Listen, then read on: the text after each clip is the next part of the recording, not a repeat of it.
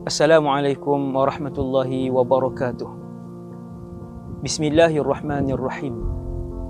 Alhamdulillahilladzi hadana lihadza wa ma kunna linahtadiya laula an hadana Allah. Asyhadu an la ilaha illallah wa asyhadu anna Muhammadan abduhu wa rasuluh. Allahumma salli ala sayyidina Muhammadin abdika wa rasulik an-nabiyil ummi wa ala alihi wa azwajihi wa dhurriyyatihi wa sallim adada khalqihi wa ridha nafsihi wa zinata arshihi wa midada kalimatihi.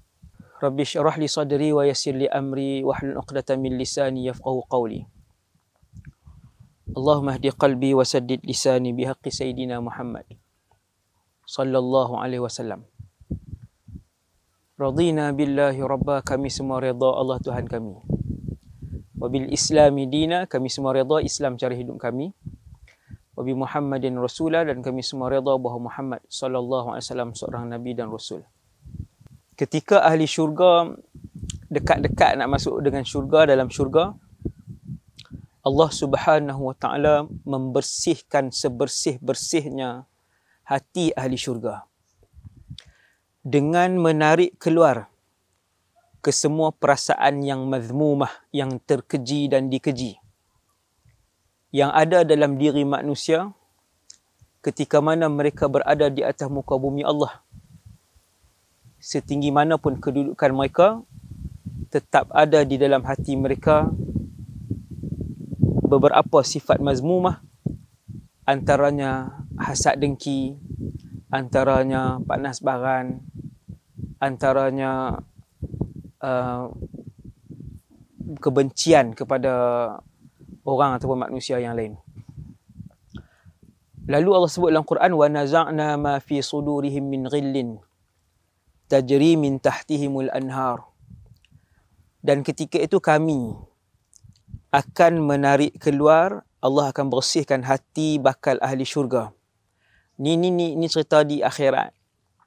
Dekat-dekat nak masuk syurga, Allah bersihkan sepenuh-penuhnya, sehabis-habisnya perasaan dan sifat yang tak elok yang ada dalam diri kita, yang kadang berbaki 10%, berbaki 3%, berbaki 1.0%,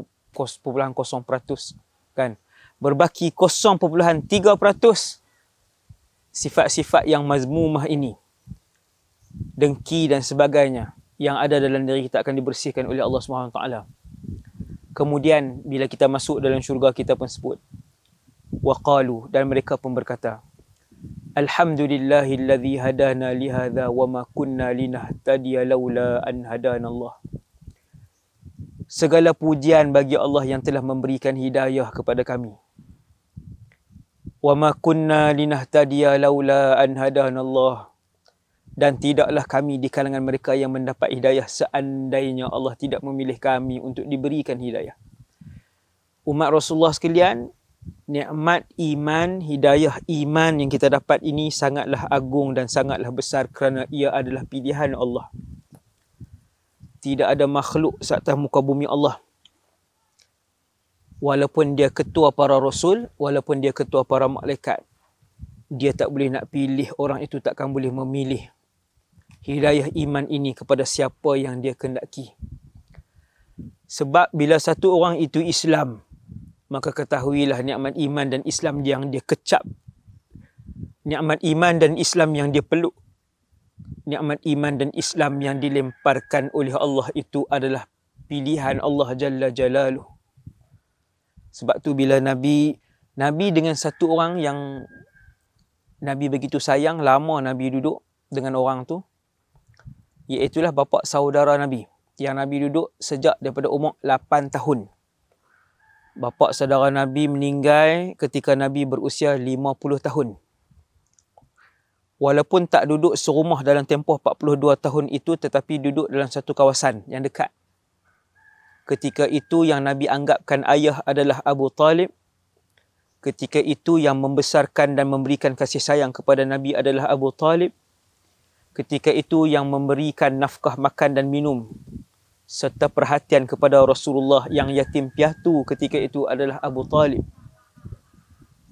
Jadi tuan-tuan bayang, ketika Muhammad alaihi salam menjadi rasul, manusia yang paling dia tunggu untuk mendapat hidayah ini adalah Abu Talib. Manusia yang paling didoakan oleh Rasulullah untuk mendapatkan hidayah ini adalah Abu Talib. No, sehingga Sayyidina Abu Bakar, seorang kawan rapat ni, Abu Bakar yang sangat rapat dengan Rasulullah daripada kecil, kawan dengan Nabi daripada Mekah sampai hijrah Madinah, sampai Nabi wafat. Ketika hari keislaman Abu Quhafah, ayah Abu Bakar mengalirkan air mata yang laju. Ketika ayah dia masuk Islam, Nabi keheranan.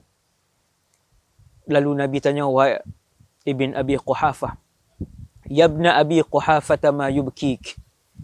Wahai anak Abi Quhafah, apa yang membuatkan kamu menangis? Maka Abu Bakar pun jawab, ya Rasulullah, aku tahu betapa nikmat iman ini sangat besar di sisi Allah. Dan aku teringatkan betapa nikmat iman ini sangat kamu harapkan untuk Allah kurniakan kepada bapa saudaramu Abu Talib. Waktu Abu Talib dalam keadaan nazak di Mekah, Nabi duduk di sebelah Abu Talib. Nabi masih menyampaikan Islam kepada Abu Talib, untuk Abu Talib masuk Islam, untuk Abu Talib sebut kalimah syahadah. Yang hari ini ramai di kalangan kita yang boleh sebut tetapi kita tidak menghargai Allah Jalla Jalaluh. Bila kita mudah untuk menyebutkan la ilaha illallah Muhammadur Rasulullah, Nabi puluhan tahun bersama dengan Abu Talib, sampai akhir hayat Abu Talib, Nabi duduk di sebelah dia. Nabi kata, wahai Abu Talib, wahai bapa saudaraku, sebutlah kalimah la ilaha illallah. Moga-moga aku dapat memberikan bantuan kepada kamu di mahsyar kelak. Akhirnya, tuan-tuan yang dirahmati Allah, setelah dipujuk dengan begitu lama, Abu Talib menghembuskan nafas, meninggalkan muka bumi ini buat selama-lamanya dalam keadaan tidak mampu dan tidak daya, tidak punya kekuatan untuk menuturkan la ilaha illallah Muhammadur Rasulullah. Tuan-tuan bayangkan, antara manusia yang paling Nabi kasih, sehingga manusia itu dipilih oleh Allah walaupun duduk dalam neraka, Abu Talib, Allah pilih dia adalah orang yang paling rendah dan ringan azabnya di dalam neraka. Kerana kasih sayang Rasulullah kepada beliau dan kerana kasih sayang beliau kepada Rasulullah yang sangat tinggi. Pun begitu, kenapa Allah tak pilih iman dan hidayah ini kepada Abu Talib? Turun satu ayat Quran. Wahai umat Rasulullah sekalian, turun satu ayat Quran, bagi tahu kepada Nabi ketika itu, innaka la tahdi man ahbabta walakinnallaha yahdi man yasha. Wahai Muhammad, sesungguhnya kamu tak boleh nak pilih hidayah kepada orang yang kamu sayang. Walakinnallah, akan tetapi hidayah itu adalah milik Allah. Akan tetapi Allah yahdi man yasha, Allah boleh pilih kepada siapa untuk Allah bagi hidayah. Akan tetapi wahai Muhammad, hidayah itu akan diberikan oleh Allah kepada siapa-siapa yang Allah kehendaki. Bukan yang kamu kehendaki, bukan yang Jibril kehendaki, bukan yang imam mana pilih, bukan yang mufti mana pilih, bukan yang ketua hakim syar'i mana pilih, bukan yang agung mana pilih, bukan presiden mana yang pilih, bukan Perdana Menteri negara mana yang pilih. Walakinnallaha yahdi man yasha. Akan tetapi Allah satu-satunya kuasa di dalam alam ini yang mutlak, yang akan memilih nikmat hidayah ini kepada siapa yang Allah kehendaki. Muslimin umat Rasulullah yang dikasihi Allah sekalian, inilah nikmat hidayah yang dikecap oleh kita, yang paling kita minta kepada Allah Subhanahu Wa Taala. Hari ini manusia ada 7 bilion di atas muka bumi Allah, hanya 2 bilion yang mendapat nikmat tersebut. Hanya 2 bilion yang mereka adalah Islam. Lagi 5 bilion lagi mereka belum lagi diberikan hidayah oleh Allah. Kita doakan Allah Subhanahu Wa Taala mengurniakan hidayah iman ini kepada semua umat Nabi sallallahu alaihi wasallam. Kepada yang belum Islam, kepada yang belum mendapat nikmat ini, berdoalah kepada Allah. Tuhan yang menciptakan alam ini, sama ada kita redha ataupun tak redha, kita setuju ataupun kita tak setuju, Allah pemilik dan pencipta alam ini.